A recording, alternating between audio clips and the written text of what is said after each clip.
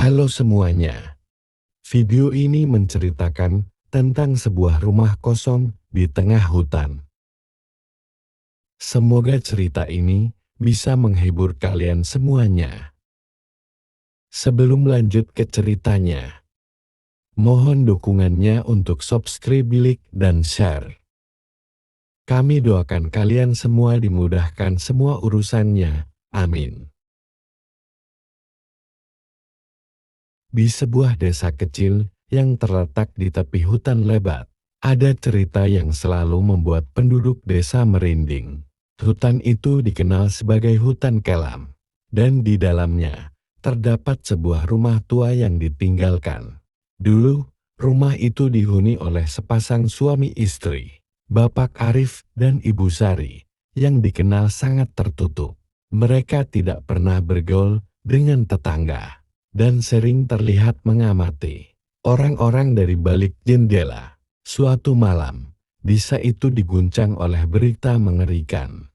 Bapak Arif dan Ibu Sari ditemukan tewas di rumah mereka dengan luka-luka yang aneh dan tidak ada satupun yang tahu penyebabnya. Sejak saat itu, rumah itu ditinggalkan dan dilarang untuk dimasuki.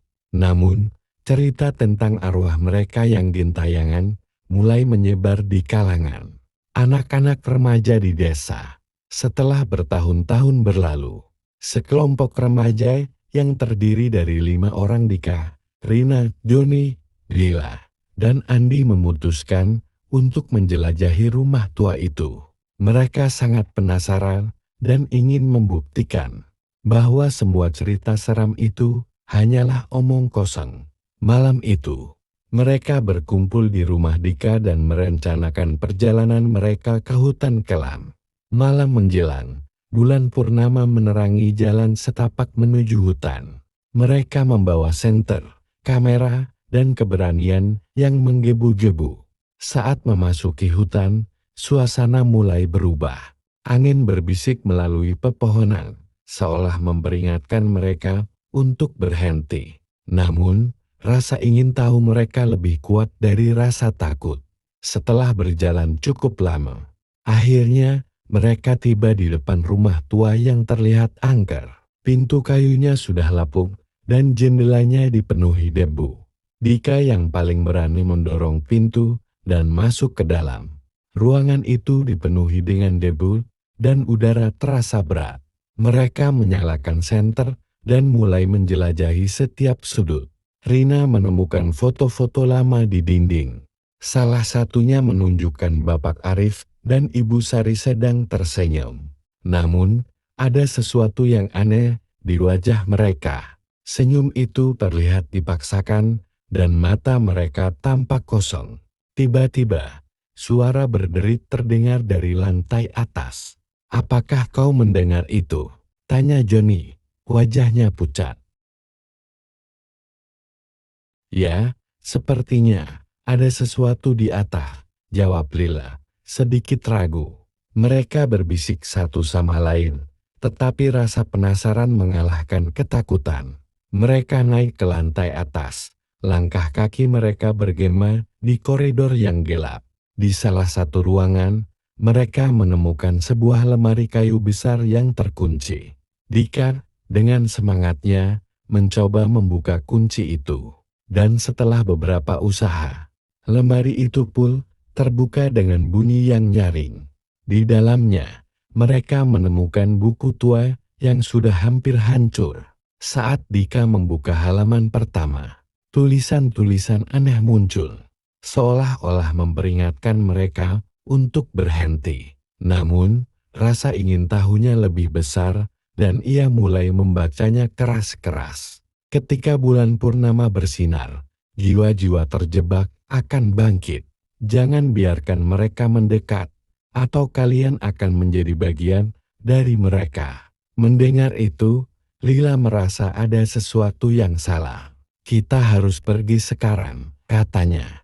Namun, sebelum mereka bisa bergerak, lampu senter Joni tiba-tiba mati, menyisakan mereka dalam kegelapan total. Suara berbisik mulai terdengar lagi.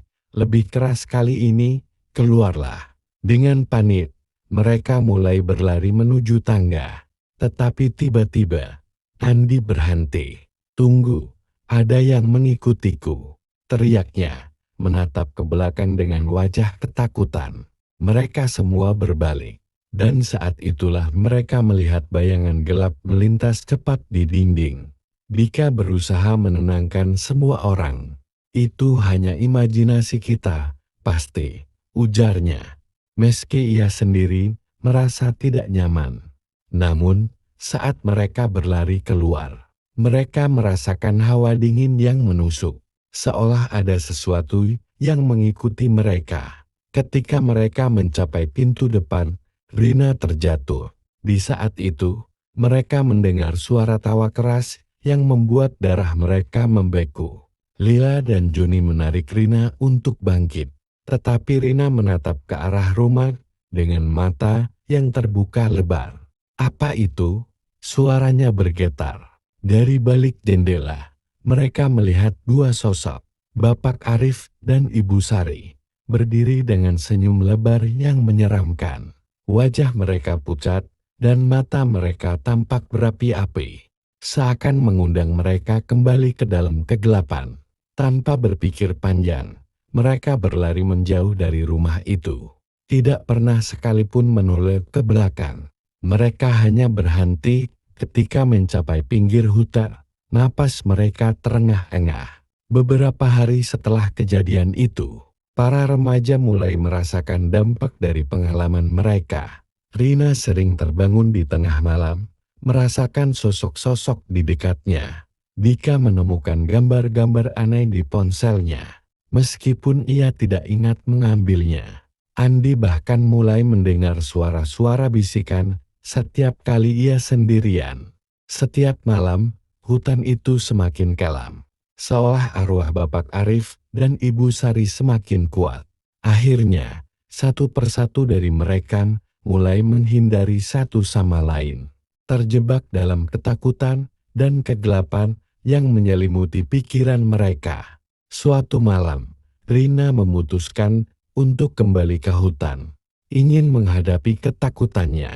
Ia pergi sendirian, melawan rasa takut yang menggerogoti hatinya. Saat ia tiba di rumah tua itu, semuanya terasa lebih gelap dari sebelumnya. Dia merasakan ada sesuatu yang memanggilnya, seperti suara halus yang mengundangnya untuk masuk. Ketika Rina melangkah ke dalam, dia merasakan hawa dingin yang tajam. Tanpa sadar, dia mendekati lemari kayu yang sama. Didorong oleh rasa ingin tahunya, ia mulai membaca buku tua itu sekali lagi. Kali ini, ada tambahan halaman baru yang tidak ada sebelumnya, seolah ditulis khusus untuknya. "Selamat datang, Rina, kami menunggu kehadiranmu. Jadilah bagian dari kami." Dengan ketakutan, Rina menyadari bahwa dia telah terperangkap. Saat ia mencoba untuk berlari, pintu rumah itu tertutup rapat, dan dia terjebak di dalam kegelapan. Tawa Bapak Arif dan Ibu Sari menggema di telinganya, sementara bayangan mereka perlahan mendekat, siap menariknya ke dalam kegelapan selamanya. Dan begitulah, hutan kelam kembali sunyi, menunggu jiwa-jiwa penasaran berikutnya yang berani melangkah ke dalam kegelapan.